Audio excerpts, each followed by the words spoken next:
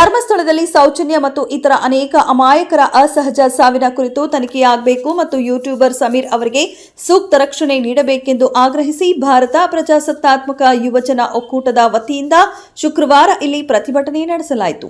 ಸಮೀರ್ ಅವರಿಗೆ ಬೆದರಿಕೆ ಹಾಕಿದವರನ್ನ ಕೂಡಲೇ ಬಂಧಿಸಬೇಕು ಮತ್ತು ಸೌಜನ್ಯ ಸಾವಿನ ಕುರಿತಂತೆ ನ್ಯಾಯಕ್ಕಾಗಿ ಹೋರಾಟ ಮಾಡುತ್ತಿರುವವರಿಗೆ ಸರ್ಕಾರ ರಕ್ಷಣೆ ನೀಡಬೇಕು ಎಂದು ಸಹ ಒತ್ತಾಯಿಸಲಾಯಿತು.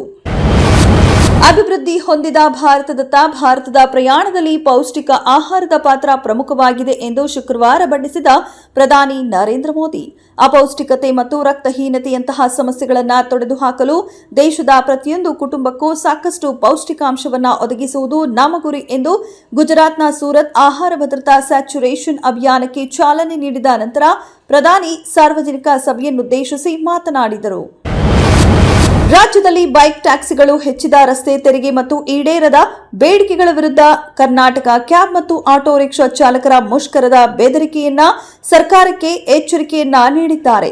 ಹೌದು, ರಾಜ್ಯ ಖಾಸಗಿ ಸಾರಿಗೆ ಸಂಸ್ಥೆಗಳ ಒಕ್ಕೂಟವು ಸರ್ಕಾರಕ್ಕೆ 4 ನಿರ್ಣಾಯಕ ಸಮಸ್ಯೆಗಳನ್ನು ಪರಿಹರಿಸಬೇಕೆಂದು ಹಾಗೂ ಸೆಪ್ಟೆಂಬರ್ 2023ರ ಬೆಂಗಳೂರಿನ ಬಂದ್ ವೇಳೆ ನೀಡಿದ ಭರವಸೆಗಳನ್ನು ಈಡೇರಿಸುವಂತೆ ಸರ್ಕಾರವನ್ನು ಒತ್ತಾಯ ಮಾಡಿದೆ ಎಂದು ವರದಿಯಾಗಿದೆ.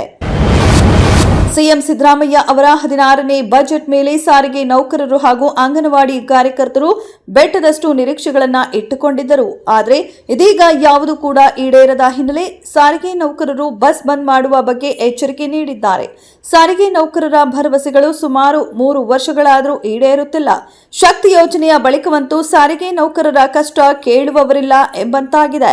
ಈ ಹಿಂದೆ ವೇತನ ಹೆಚ್ಚಳಕ್ಕೆ ಸಂಬಂಧಪಟ್ಟಂತೆ ಬಸ್ ಬಂದ್ ಮಾಡಿ ಆಕ್ರೋಶ ಹೊರಹಾಕಿದರು.